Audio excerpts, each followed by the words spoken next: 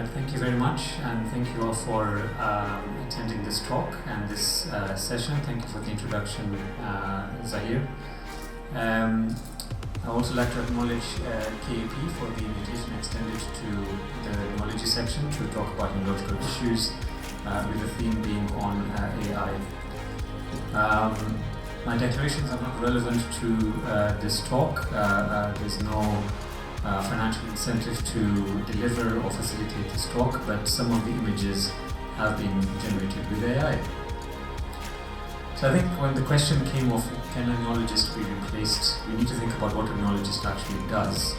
And I think it's more than just looking after patients. We, apart from clinical assessment, and at the end of the day, as Dr. Zahir says, we are physicians first and then neurologists, so we physically interact with the patient to make a diagnosis.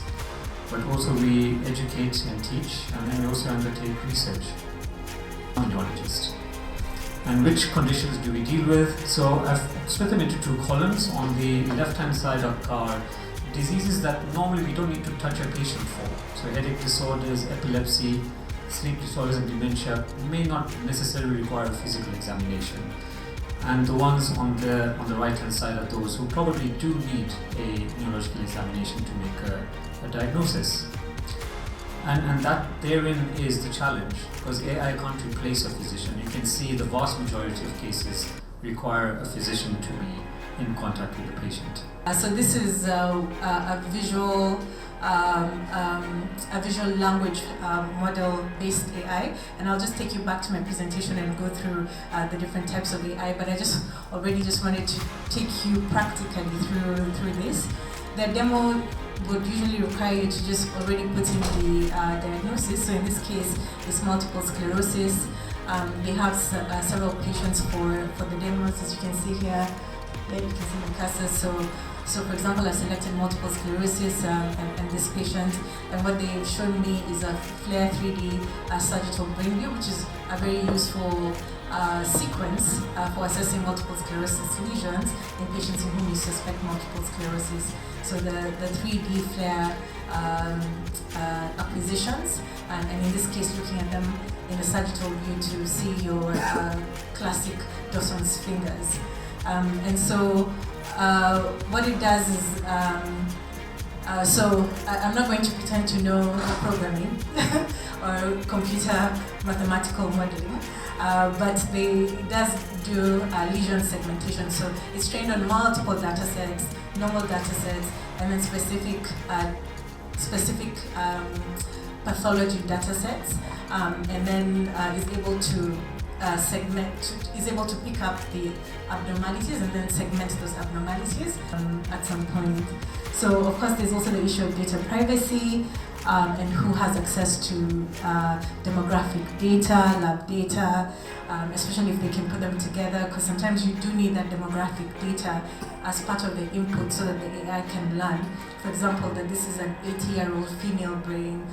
I am daunted by the difficult task that I have to follow, especially after the presentations we've already had, but I'm equally excited to share with you our practical experience that we had with trying to use AI to manage chronic migraines.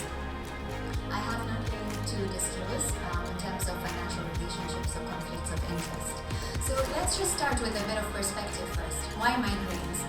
Migraines are very, very prevalent. There is an up to 12% global prevalence, and of these people, up to 2.2% of people have what you call chronic migraines.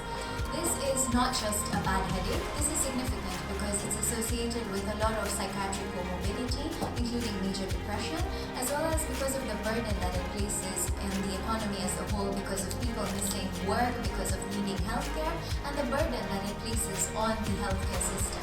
Furthermore, when patients are not managed well, they are at a risk of complications, including medication overuse headaches, and that's kind of why you want a neurologist in the picture with managing these patients.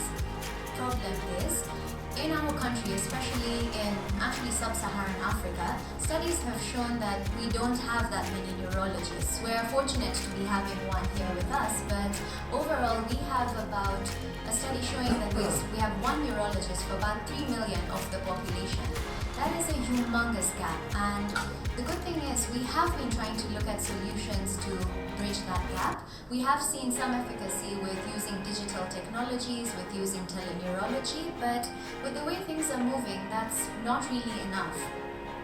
So, coming back to the other thing that I would like us to discuss before we get into what our study is and what we've tried to do is a bit of recap on what was already said.